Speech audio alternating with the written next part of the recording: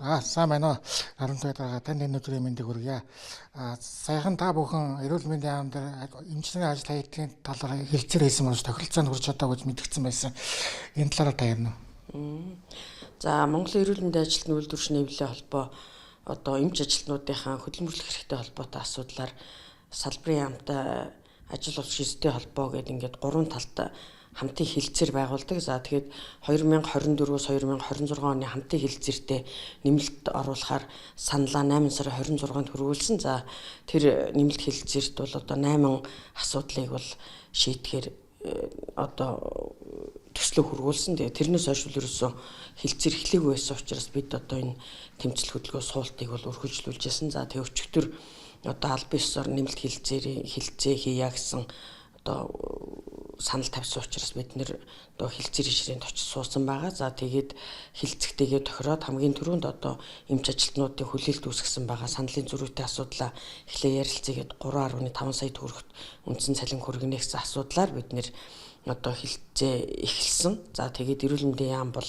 одоо энэ 3.5 сая төгрөгтөөр одоо ямар нэгэн гаргалгаа байхгүй засгийн газраас шийдсэн одоо 15% нэмэгдлийн асуудлыг бол тайлбарлаж ярьсан учраас бид одоо нэг цаг хяраатын одоо тайлбарыг бол сонссон. За тэгээд аргагүй ихэнд одоо бид нэр та нарт бол өөр гаргалгаа гарц юм байхгүй юм байна. Бид бол 3.5 сая төгрөгт хүрэх энэ асуудлаар л хэлцээх гэж ирсэн гэдэг саналаа хэлээд одоо тус хэлцээрийг бол орхиж гарсан байна. Монголын үйлдвэрчний хэвлэл эмч шимлэгийн ажилтнуудыг ажил яхад тохирч байна гэж зарим хүмүүс үзэж байгаа. Энэ талаар та ярина уу? За энэ торхирох юм байхгүй. Ерөөсөө нийгмийн хүлээлт эмч ажилтнуудын өөрсдийн одоо цэвэр хүсэл сонирхол дээр гарч ирж байгаа асуудал мэдээж талбай дээр 8 өдөр одоо суухдаа шүн жижүүртэй хоноод өглөө хүйтэн цементэн дээр ирж сууж байгаа хүмүүс бол өөрсдөө сайн дураараа ирнөхөөс ажилласаа буугаад гэртээ харихгүй одоо энэ талбай дээр ирнэ гэдэг бол хэр баргийн хүн тэгж явахгүй шүү дээ. Тэгэхээр энэ бол торхиролт биш. Цэвэр эмч ажилтнуудын одоо хүсэл зоригоос бий болсон олон жилийн хүлээлтээс бий болсон ийм тэмцэл хөдөлгөөн өрнөж байгаа. Одоо 10 гаруй жил одоо эмч ажилтнуудыг маань одоо төвчээ, бүсээ чангалаа. Одоо иргэжил сайхан болно гэж ингэж хуурч явлаа. Бид бол одоо ахиж хууртмааргүй байна, ахиж төвчмээргүй байна гэсэн ийм одоо байр суурьтай эмч ажилтнууд бол одоо энэ тэмцэл хөдөлгөөнд өөрсдийнхөө хүслээр ирж байгаа ийм тэмцэл хөдөлгөөн гэдгийг аль бисаар бас хэлмээр байна. Яг одоогийн байдлаар засгийн газраас та бүхний тавьж байгаа шаардлагыг хариуд одоо яг хэдийн хуваар хэдэн сая төгрөг болгож өгье гэсэн хэд болгож өгье гэсэн байр суурьтай байгаа юм байна.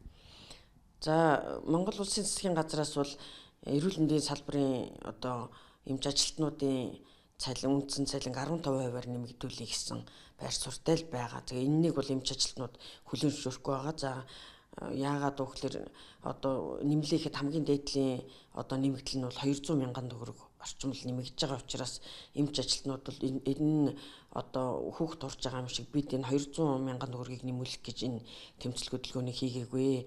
Монгол хүний хөдөлмөрийн үнэлэмж одоо туйлын доогуур ялангуяа эмч гэсэн энэ одоо нарийн мэрэгжлийг эрүүл мэндийн салбарт онцлог салбарт ажиллаж байгаа хүмүүсийн хөдөлмөрийн үнэлэмж туйлын доогуур байна. Одоо хүний амнаас эрүүл мэндэд хамгаалдаг ийм нарийн мэрэгжил эзэмшсэн улсууд энгийн ажил гүйцэтгэж байгаа хүнээс одоо хавьгүй доогуур цалин байгаа нь бол одоо Монгол төрийн эмгэнэл оюуны одоо хөдөлмөрийг үнэлэхгүй байна. Эмч ажилтнууд бол одоо жилийн 4 улиралд 24 цагаар тасралтгүй ажилладаг ийм онцлог салбар. Тэгэхээр энэ хүмүүсийн цалингаа одоо нэмүүлэхийн тэмцэл бол өөрсдийн хүсэл зоригоос үүссэн ийм одоо тэмцэл. Тэгээд засгийн газрын энэ гаргасан шийдвэрийг бол хүлээн зөвшөөрөхгүй байна. За зарим хүмүүсийн зүгээс одоо өмнө нь улсын хурлын гишүүн байж байгаад одоо гишүүн биш болцсон. Тэгээ одоо тэтгэмж аваад байгаа улсууд байгаа шүү дээ. Тэгээ тэр утгаараа тэдгээр хүмүүсийн авч байгаа тэтгэмжийг болиулахын тулд хариу цуглуулж байгаа. Энэ мөнгөийг эрүүл мэндийн салбарын ажилтнууд болон эдгээр хүмүүст ажил хийсэн улсууд зарцуулъя гэсэн байр суурьтай байгаа шүү. Тэр талаар та ямар бодолтой? Тэрэн дээр бол 100% дэмжиж байгаа. За манай эрүүл мэндийн салбарын ч гэсэн одоо уйггүй тэрэн дээр бол гар үсэг зурсан. Яагаад гэвэл одоо 4 жил суучаал 12 жилийн тэтгэмж аваад байдаг бол айгүй үнд нийцэхгүй байна. Одоо 20 30 жил ажилласан хүмүүс тэтгэвртэн гарахтаа тэтгэмж авч чадахгүй хэмжээнд хүрчээд байхад одоо ийм өндөр албан тушаалын хачсан гिचээд ингэж одоо өөрсдөө давуу эрх бий болгож байгаа нь бол эрхийг эдлээд байгаа нь бол одоо үнэнд одоо шудрагсанд нийцэхгүй байна гэж үзэж байгаа. Ер нь энэ эрүүл мэндийн танаас салбарын сайд та бүхний байр суурийг хэрэг дэмжиж байгаа. За яг уу сайд бол одоо дэмжиж байгаа л гэж яриад байгаа. Гэхдээ гарах гарцаа бол тодорхойлж өгөхгүй байна. За яг ярьж байгаа тайлбар нь юу вэ гэхэлэр эрүүл мэндийн одоо гүйцэтгэлийн санхүүжилтийн гажуудал буюу эмнэлгүүдэд одоо хуваарлагдсан тэр төсөн мөнгө одоо айгүй сахилга батгүй улмаас одоо шүүр шанах шиг гойж байгаа. Энэ одоо асуудлыг цэгцлэх, сахилга баттай болгох ингэсний үндсэн дээр бол одоо даатгалын үйл ажиллагаа сайжирч, эмч ажилтнуудын цалин хөлс нэмэх боломжтой гэсэн ийм ерөнхий юм ярьж байгаа болохоос яг одоо эрүүл мэндийн салбарын эмч ажилтнуудын цалин нэмэхэд энэ санхүүжилтийг одоо тэдэн хувиар нэмэх боломж нь байна гэсэн тооцоо судалгаа бол байхгүй.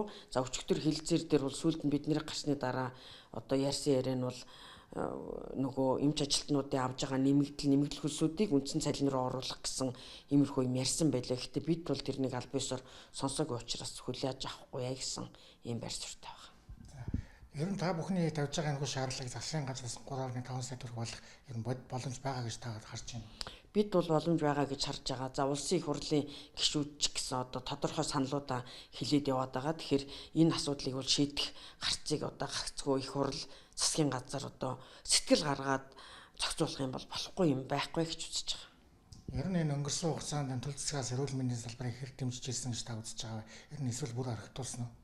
За ерөнхийдөө бол зүгээр тухайн үед галыг л унтрааж явсан. Бид нэр одоо 21 онд яг эд ковид үеэр бол бас тэмцэл хөдөлгөөн өрнүүлж ирсэн. За тэр үеэр бол одоо баг засгийн эрхийг хууль бусаар авах гэж байна гэдэг байдлаар одоо тагнуул дээр хүртэл дуудагдаж тэмцэл хөдөлгөөн бол одоо ийм шахалт хавчлалтын дунд бол явдаг. Тэгэхээр төр засаг бол яг эрүүл мэндийн салбарыг онцгойлон харж үзэхгүй бол одоо эрүүл мэндийн салбарын тогтолцоо бол гажуутчаад байна шүү дээ. Гүйцэтгэлийн санхүүжилт гэдэг юм байхгүй болсон. Гүйцэтгэлийн санхүүжилт гэсэн нэртэй боловч тэр санхүүжилтийг олохгүй квот тогтоож байна. Тэгээ одоо эмч ажилтнуудын цалингаас гадна эмнэлгээр үйлчлүүлж байгаа, эмнэлэг гэвтээ эмчлүүлж байгаа хүмүүс эм тарианыхаа мөнгийг авч чадахгүй байна. Одоо хагалгаанд орж байгаа хүмүүс ихэд хагалгааны зардлага өөрсдөө гаргаж авах жишээтэй юм жишээ баримтууд бол байна. Тэгэхээр энэ бол төрийн одоо анхаарал халамж зайлшгүй шаардлагатай. Анхаараагүй улмаас хяналтаан тавиагүй улмаас ийм гажуудал юм бол бий болчиход байна гэж харж байгаа. Танах одоо яг эрүүл мэндийн салбарын яг одоо яг хэднээс ажил хийсэн бэлээ? Манайх бол ажил хаяагүй яг ажил хаялтын бэлтгэлээ хийгээ явж байна. Одоо бид нэр өнгөрсөн энэ нэгд өдөр хэвлэлийн багварал хийгээд суултаа аль биесээр зогсоогоод одоо яг ажил хаяхад одоо бэлэн энэ одоо тэмцэл хөдөлгөөнөө цааш нь үргэлжлүүлье. Хэрвээ асуудлыг шийдэх бол бид нэр ажил хаяхад бэлэн гэсэн шийдвэрүүдээ эмнэлгүүд гаргаад явж байгаа. Ер нь яг танах яг ажил хаях бодол байгаа юу та бүхэн? Бид нар бол ажил хаях бол сонирхол байхгүй байна. Асуудлыг шийдэх юм бол ямар ч асуудалгүй шүү дээ. Асуудлыг шийдэхгүй учраас эмч ажилтнууд чинь дороосоо гараад ингээд шийдвэрийг гаргаад байгаа юм чинь бид нар яах вэ? Бид нар бол зүгээр энэ эмч ажилтнуудаас сонгогдсон юм сонгуульт ажлыг хийдэг болсоо тэгээд гишүүдийн одоо гаргаж байгаа саналыг л дээш нь уламжилж тэр гаргаж байгаа саналыг нэгдсэн зохион байгуулалтанд оруулж ил асуудлыг шийднэ болохоос яг одоо салбарын холбоо дангаараа юм уу наран туяа гэдэг хүн дангаараа энэ асуудлыг шийддэг. Ерөөсөө л хамтын шийдвэр гаргадаг байгууллага. Тэгэхээр эмнэлгүүд одоо ажилтнуудынхаа хурлыг хийгээд энэ асуудлыг одоо яах вэ гэдэг шийдвэрийг гаргаж байгаа. Тэр шийдвэрүүдийг нэгтгэж бид нэр одоо дийлэнх олонх нь одоо ийм шийдвэр дээр тулсан байх юм бол за ийм боллоо гэдэг юмыг л цааш нь уламжлаад зохион байгуулалтын арга хэмжээг бол авч явах ийм ёстой байгууллага байна. Яг тэгэхээр одоогийн байдлаар зөвхөн ажил хийсэн эмч эмнэлгийн байгууллага ажилтнууд байхгүй гэж ойлгох болно. Болно. Ажил хийсэн байгууллага бол байхгүй. Ер нь ажил хаялтанд бол нэгтгэд билээ гэсэн шийдвэрийг гаргаад явж байгаа гэсэн үг. Тэгэхээр та бүхэн одоо эмч нарын цалин 3.5 сая төгрөг болох энэхүү шаардлагыг хийхэд бол танаа үдшний хөвлөл цаашдаа яг ямар ажил зохион байгуулахаар төлөвлөж байгаа вэ?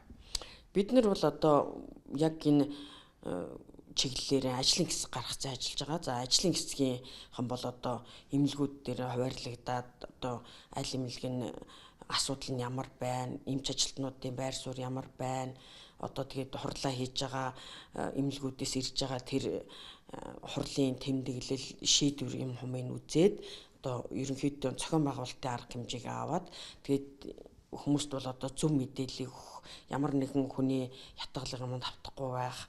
Тэгээд цэвэр өөрсдийнхөө эрхийн төлөө явж байгаа учраас энэ хүмүүст бол хууль эрх зүйн одоо мэдээлэлээр хангах гэдэг юм уу, тиймэрхүү чиглэл үйл ажиллагаа явуулаа явж байгаа. Тэгэхээр сүүлчийн асуулт. Тэгэхээр та бүхэн 3.5 сая төгрөг болгохын төлөө эцсийн хүртэл тэмцсэн гэж ойлгож болох уу?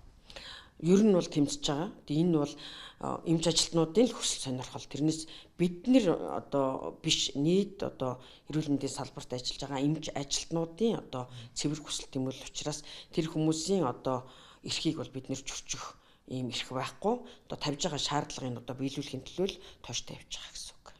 За баярлалаа танд. За баярлалаа.